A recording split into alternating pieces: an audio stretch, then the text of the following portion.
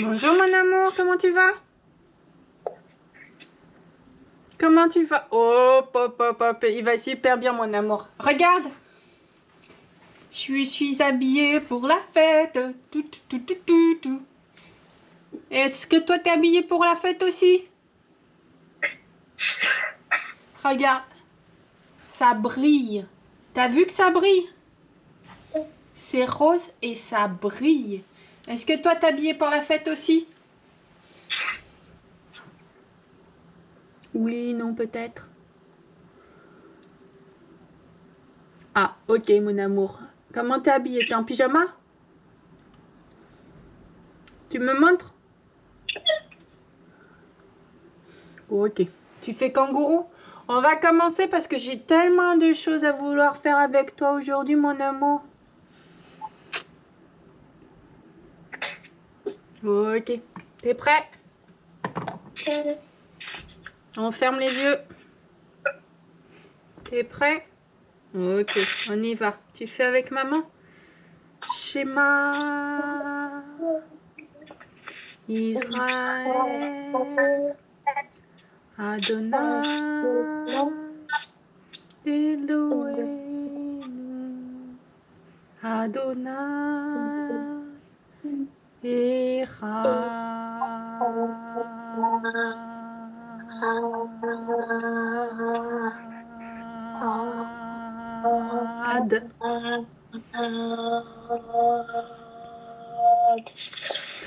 Amen. Baruch Shem Kevod Malchut Olam Vahed. Amen. Mon petit garçon, tu sais bien le faire, punaise. La deuxième prière. Est-ce que, mon amour, tu te souviens de ce que tu as demandé la dernière fois? Non. Tu as demandé des anges devant la porte de ta chambre.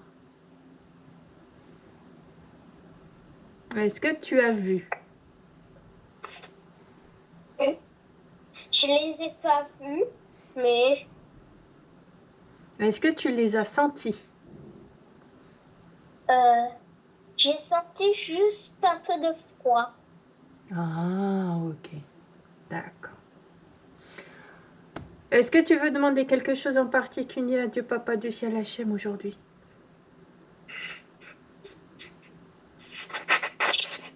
Oh, mon amour, t'as un super réveil, c'est ça? Avec ta chouette, c'est ça, mon amour? T'es trop beau. T'es trop, trop beau. Oui, je vois ton réveil.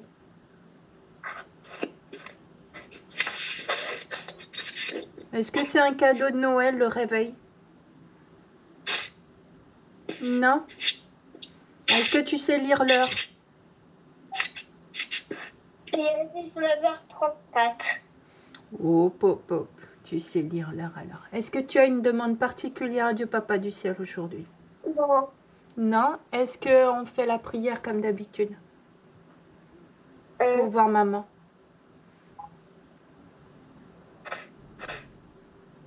Tu fais comme moi? Tu prépares tes mains. Oh, ok, d'accord. On y va. Dieu Papa du ciel Hachem. Dieu Papa du ciel Hachem. S'il te plaît. S'il te plaît. Ça fait longtemps que j'ai pas vu ma maman. Ça fait longtemps que j'ai vu ma maman. Permets que je puisse voir ma maman bientôt.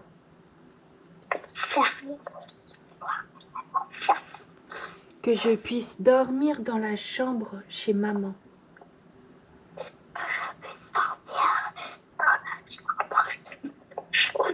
Que je puisse jouer avec mes jouets chez maman.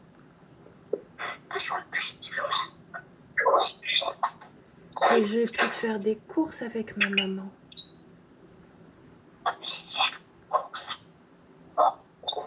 Que je puisse apprendre un instrument avec ma maman.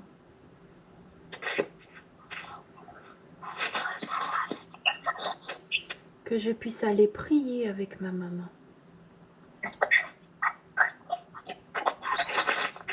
Que j'ai des copains dans la ville de maman.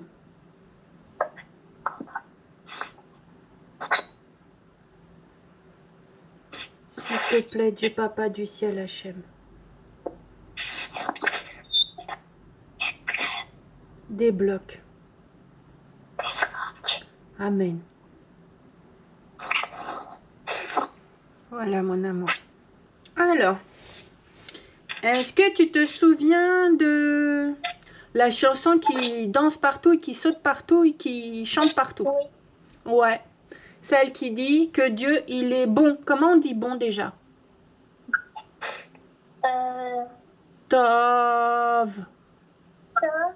Tov. Tov, ça veut dire bon. Est-ce que tu sais le dire? Tov. Tov. Tov, ça veut dire bon. Hachem, il est bon. Tov. Est-ce que tu te souviens comment il dit? Hachem itbarach. Tamid ohev oti. Vetamid yeh li rak Tov. Donc Hachem, Dieu Papa du ciel Hachem, itbarach tamid ohev oti. Même toujours, même quand je fais des bêtises, il m'aime. Vetamid yeh li rak Tov. Il a toujours de la bonté en réserve pour moi. Il a un sac de bonté énorme pour moi. C'est inépuisable. Tov. Hachem itbarach tamid ohev oti. Est-ce que tu dis oti? Oti, c'est pour... c'est toi. C'est moi. Oti. Oti. Hachem itbarach tamid ohev oti. Oti. Oui, parce qu'il aime pas n'importe qui. Il aime maman et il aime toi. Donc c'est pour ça que c'est Oui. important de dire oti. Oti, ça veut dire moi en hébreu. Hachem itbarach tamid ohev. Oti. Ouais. Vetamid yeh li rak Tov. Tov. Ouais, il a toujours un sac de bonté pour moi. Vetamid yeh li rak Tov. Bonté, Tov.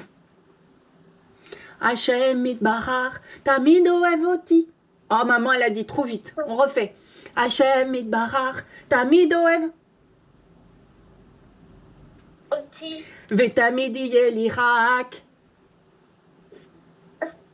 Tov. Oui.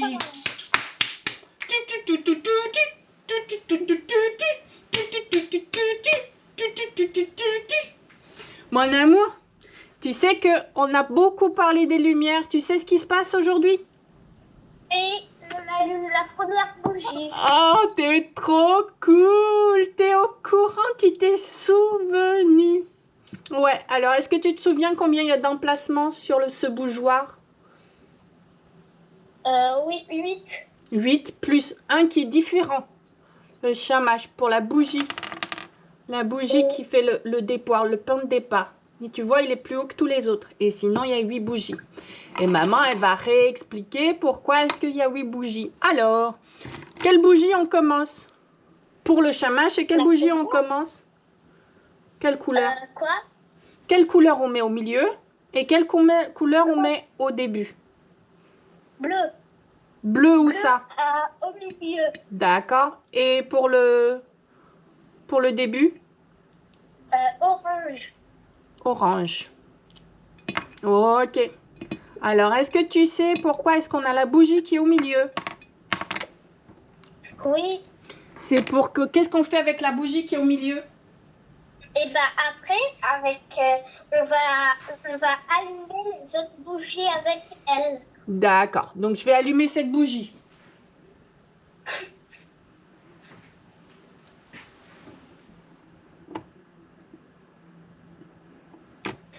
Et ensuite, qu'est-ce que je fais avec cette bougie du milieu?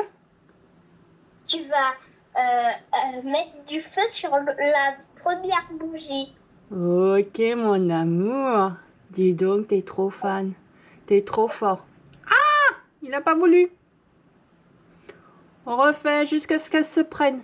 Faut que ça brûle au moins 30 minutes. Allez. Allez. Allez. Allez. Allez. Ça Allez. marche pas. Il veut pas. Ou alors, sinon, on en prend une autre. Mais dis donc, quand même. Il n'y a pas de raison.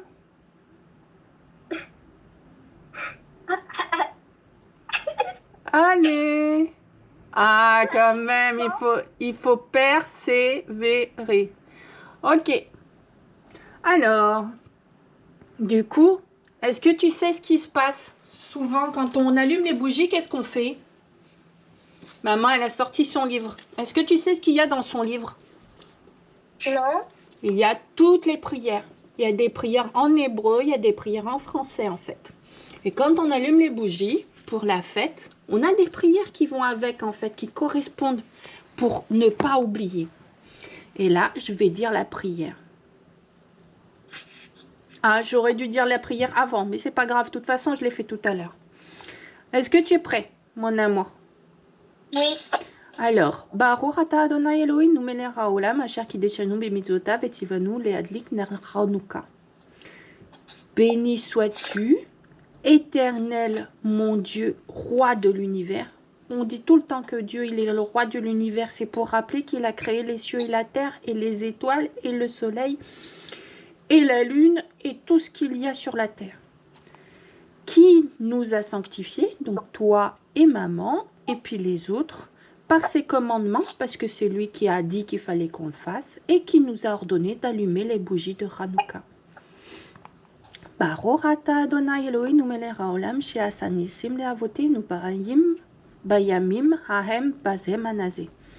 Béni sois-tu, Éternel, notre Dieu, roi de l'univers, qui a fait des miracles, she'asa nisim, miracles. Le'avotenu, à nos pères, donc quand on dit nos pères, c'est nos arrière, beaucoup d'arrière-grands-pères et grand-mères. En leur temps, à bayamim hahem, et en ce temps-là, Bazémanazé. Et comme c'est le premier jour qu'on fait Hanouka, c'est le premier soir de Hanouka, on dit en fait une prière qu'on fait à chaque fois que c'est la première fois, on fait la prière. Baruch ata Adonai Elohim melech haolam shehecheyanu vekiyemanu veigeyanu lazémanazé.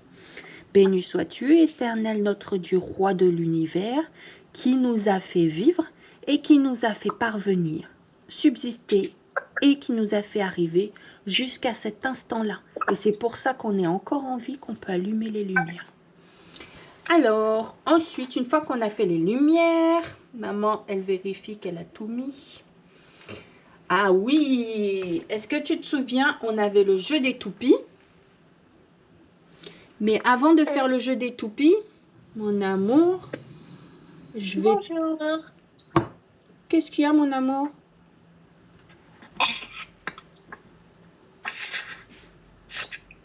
Tu as dit quelque chose?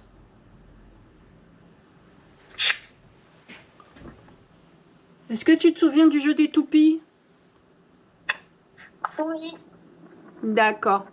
Mais avant de faire le jeu des toupies, maman, elle a révisé l'histoire. Parce qu'on n'avait pas vraiment fait l'histoire jusqu'à maintenant. Il me semble que on n'avait pas fait l'histoire.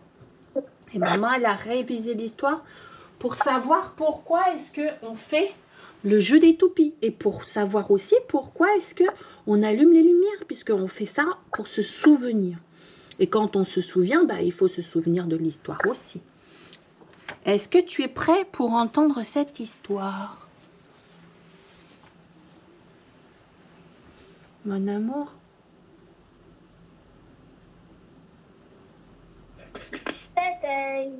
Tadam. Ok, je commence l'histoire? Oui. Ok. Il y a très très très longtemps, il y a plus de 2000 ans. Donc c'est beaucoup d'années, hein. Plus de 2000 ans. Même presque plus de 2200 ans, ou presque 2200 ans. En Grèce, il y avait un roi qui s'appelait Philippe. D'accord. La Grèce, elle était pas très forte à l'époque. C'était juste des paysans ou des pêcheurs. Vraiment, ils n'étaient pas des guerriers. Et Philippe était un roi, Philippe de Macédoine on dit, parce qu'en fait il y avait un pays dans la Grèce qui s'appelait Macédoine. Philippe de Macédoine, il a décidé, c'est de construire une armée. Et du coup, il a construit une armée. Ils sont allés dans tous les pays de la Grèce et il a unifié la Grèce. Il a été un grand stratège. Philippe a eu un enfant qui s'appelle Alexandre. Est-ce que tu connais Alexandre? Ouais, toi tu t'appelles Alexandre, mais il y avait avant, il y en a d'autres qui se sont appelés Alexandre. Et ce roi Philippe de Macédoine, il a eu un enfant qui s'appelait Alexandre.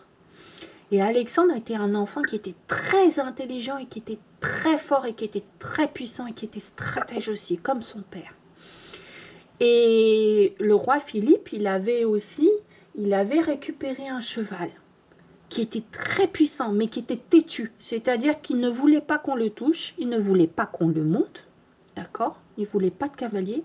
Donc à chaque fois qu'il y avait quelqu'un qui l'approchait, le cheval, il piétinait. Et donc il tuait. Avec ses sabots, il tuait les gens qui s'approchaient. Donc c'était un peu embêtant d'avoir un cheval comme ça. Et est-ce que tu sais ce qu'a fait Alexandre? Il était très intelligent. Il a dompté le cheval. Donc comme il a dompté le cheval, après il a pu le monter. Et c'est devenu son cheval. Et comme ce cheval était super puissant, Alexandre, il a pu faire encore plus de guerres, avec plus d'armées et aller encore plus loin avec son cheval. Alexandre, un jour, il devait aller en Israël. Israël, c'est le pays où on apprend l'hébreu. D'accord? C'est le pays, en fait, qu'on a eu en héritage. On n'a pas encore fait à Abraham, mais on le fera un jour. Est-ce que tu te souviens de Moshe? Tu te souviens de Moshe? Oui. Et Moshe, en fait, une fois qu'il a fini, qu'ils ont eu les tables et qu'il y a eu le problème du veau d'or, et ben Moshe, en fait, il voulait rentrer dans Israël, dans ce pays qui s'appelle Israël. Mais il n'a pas eu le droit, en fait. Et c'est son assistant, Josué, Yehoshua, qui est allé. Il a fait de la guerre pendant des années, Yehoshua, pour avoir le pays, en fait.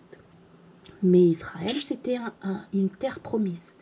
C'était le pays qu'avait promis du Papa du ciel Hachem quand ils sont sortis d'Égypte. Il fallait bien qu'ils aillent quelque part puisque l'Égypte, c'était pas leur pays. Donc il leur a dit, vous savez quoi? Je vous sors d'Égypte et vous allez rentrer dans votre pays. C'était le pays qui était comme un cadeau de Noël, en fait, de Dieu Papa du ciel Hachem. Et donc Alexandre, une nuit, il était en train de dormir.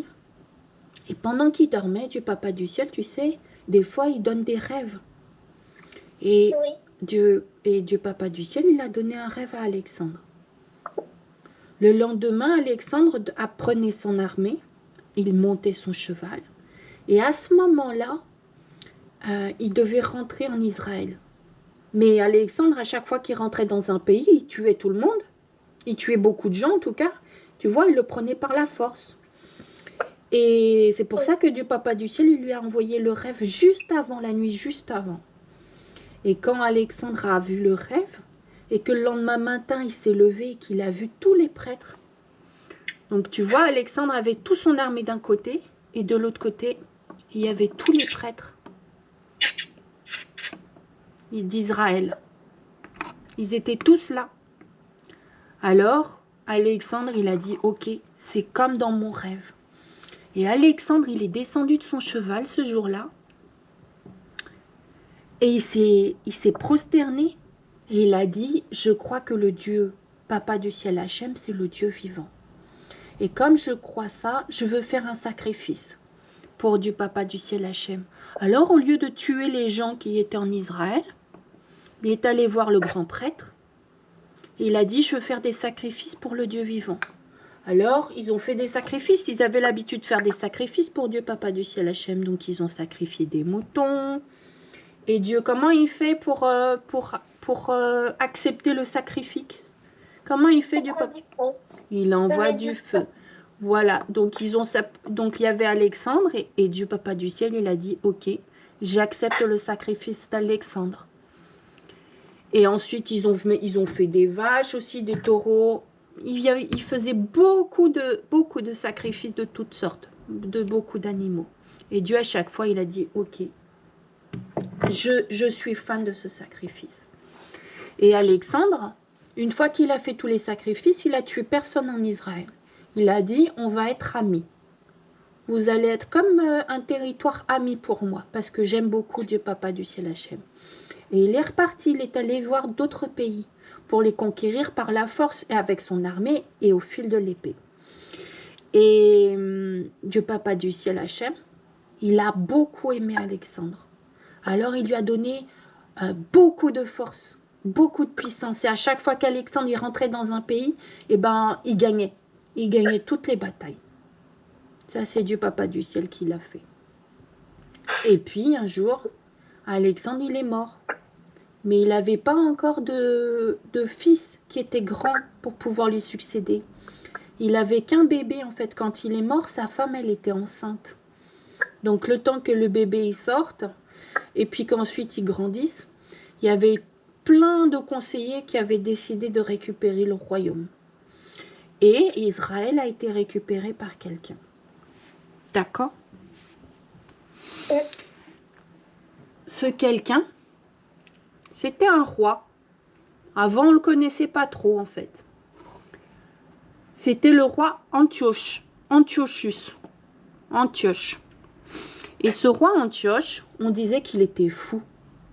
Parce qu'il croyait tout le temps qu'il était le plus grand et le plus fort et même le plus puissant que Dieu Papa du ciel Hachem. Qui est le plus puissant? Dieu. On est d'accord. Mais Antioche, il ne savait pas.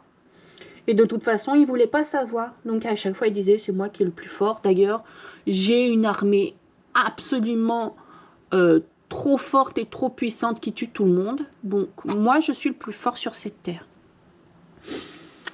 Et à ce moment-là, il a vu en fait en Israël, il a vu que les gens, eh ben, ils adoraient encore du Papa du ciel Hachem. Et qui lui faisaient des sacrifices tous les jours. Et que Dieu, il était content de ces sacrifices, donc il envoyait son feu. Et puis il a vu que les grands prêtres, là tu vois, c'était le grand prêtre, ça s'appelle le Kohen Gadol. Le Kohen Gadol, il faisait, regarde, il mettait du parfum dans le temple pour Dieu. Du parfum qui sentait super bon. Et la recette du parfum, c'est Dieu qui l'avait donné. Il avait indiqué les senteurs qu'il aimait beaucoup. Et puis il faisait de l'huile sainte avec l'huile sainte. Il faisait des bougies. Et tu vois, il allumait les lumières pour Dieu. Donc le Kohen Gadol, le grand prêtre qui est là, bah, il faisait tout ça en fait. Il faisait tout ça pour Dieu. Et Antioche, il voulait pas. Il voulait que ça soit le seul et unique qu'on adore. Donc qu'est-ce qu'il a fait?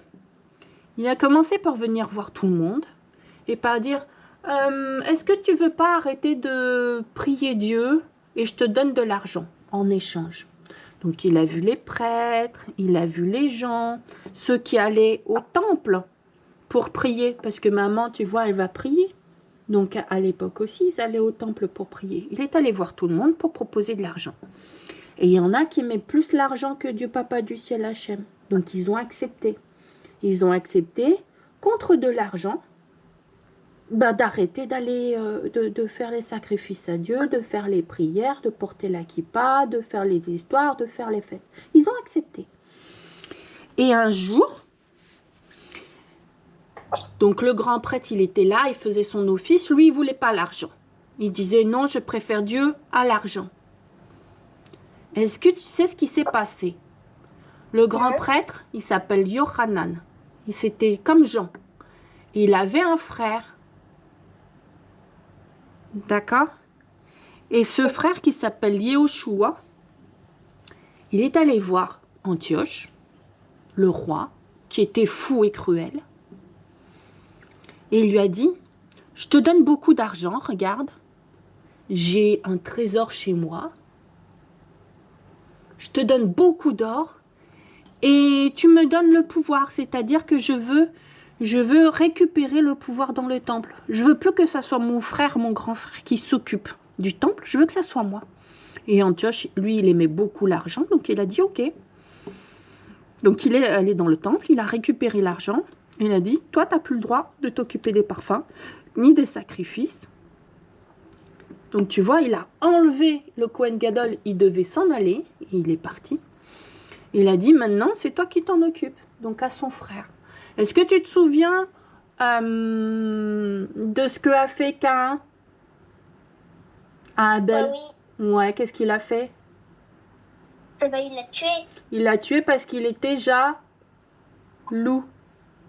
Pourquoi il était jaloux? Parce que, parce que pour lui, ça prenait pas le feu. Voilà, et parce qu'il comprenait pas qu'il avait un problème de colère dans son cœur. Et là, le petit frère en fait de Yohanan, il avait un problème d'argent dans son cœur. Et il n'a pas compris qu'il avait un problème d'argent. Il a préféré extraire, sortir, expulser son grand frère parce qu'il voulait le pouvoir et l'argent. Parce qu'il y avait beaucoup d'or en fait au temple. Et quand les gens venaient pour prier, donc les petites filles, les mamans, tout le monde venait pour prier ou pour faire des sacrifices, lui, il n'aimait pas Dieu. Donc il disait, non, non, non, on ne va pas faire de sacrifice, sortez du temple. L'or, tout cet or, c'est rien que pour moi. Et à la place, on va faire des Jeux Olympiques. Donc à chaque fois, et pendant 3 ans, ils ont fait des Jeux Olympiques. Tout le temps. À chaque fois qu'il y en avait qui voulaient faire des prières et faire des sacrifices, qui rentraient dans le temple, il s'appelait plus Yehoshua, il avait changé de prénom, il s'appelait Jason. Il disait non, non, on va faire des combats et on va faire des Jeux Olympiques. Et donc il a arrêté le service. Mais qu'est-ce qui s'est passé au bout de 3 ans? Donc lui, il continuait, il récoltait le trésor. Au bout de 3 ans, il y a un autre qui était encore plus voleur. Maniléus. D'accord. Qui s'est dit, moi j'ai envie d'avoir du pouvoir dans le temple. Donc je vais écarter Jason. Et comme le roi, il aime beaucoup l'or, et que moi j'en ai pas, il est allé dans le temple. Il a récupéré le trésor.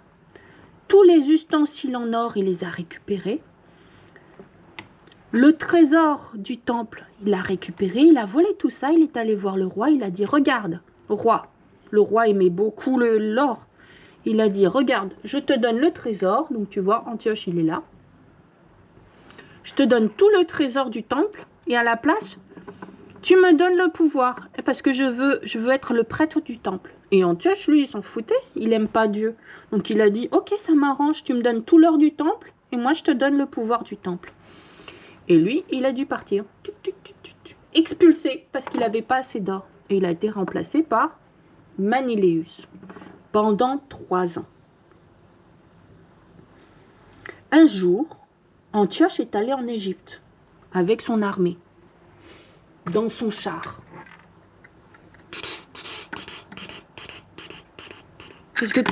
Ouch! Est-ce que tu vois le char? Oui. Alors, il ne veut pas tenir debout sur ce char. Oh, attends, maman, elle va faire. Voilà. Donc, il avait un char doré. Et il est allé en Égypte avec toute son armée. Et en Égypte, on a dit qu'il était mort. Et lui, il était toujours là, en fait, dans le temple, à empêcher les gens de prier. Donc, quand les gens, ils ont entendu que le roi Antioche était mort, ils sont venus, tous, hein, et ils ont dit, t'as rien à faire ici, de toute façon, tu n'aimes pas Dieu, sors du temple. Et ils ont expulsé Maniléus. Allez, oust! Ils ont recommencé à faire les prières et à faire les sacrifices. Et Dieu, il envoyait le feu. Mais Antioche, il n'était pas mort. Et un jour, il est revenu d'Égypte. Et quand il est revenu d'Égypte et qu'il s'est rendu compte qu'ils avaient refait les prières dans le temple, est-ce que tu sais ce qu'il a fait? Non, il a tué tout le monde. Oui, t'as tout compris. Il est devenu en colère. Et il a tué absolument tout le monde. Tous ceux qui n'avaient pas réussi à s'enfuir, il les a tués. Il y en a qui ont réussi à s'enfuir. Il y en a qui se sont cachés dans les grottes. Il y en a que quelques-uns qui ont réussi à s'enfuir. Il a tué ce jour-là, il a tué.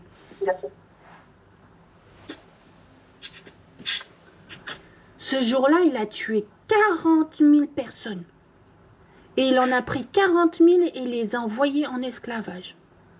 Il les a vendus en esclaves. Il y avait interdiction de prier, et il y avait interdiction de faire les histoires et interdiction de chanter. Et ceux qui se sont cachés, qui étaient encore dans la ville, sais-tu comment ils faisaient? C'est là qu'on a créé les...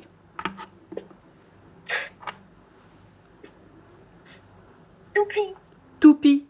Parce que sais-tu comment ils faisaient? Ils faisaient le sacrifice, par exemple. Ils venaient là, ils faisaient les prières, ils faisaient le sacrifice. D'accord? Il est quelle heure? Ah, c'est bientôt. Et quand il y avait des soldats qui passaient, tout de suite, ils sortaient la toupie, ils faisaient croire que non, on joue à la toupie. Non, on joue à la toupie. Non, non, on prie pas, on joue à la toupie.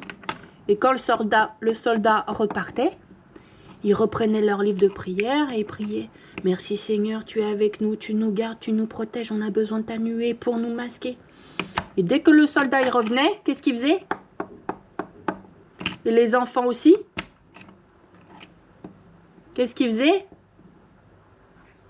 Il s'arrête la toupie. Ils faisaient la toupie. Donc ça, c'était la première chose qu'ils faisaient. On refera la suite de l'histoire la prochaine fois, mon amour. D'accord, mon amour? Je t'aime très fort. Et regarde, j'ai plein de chocolat pour jouer à l'histoire. Waouh!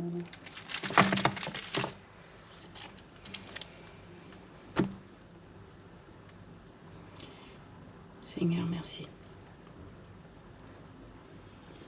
Merci, Seigneur.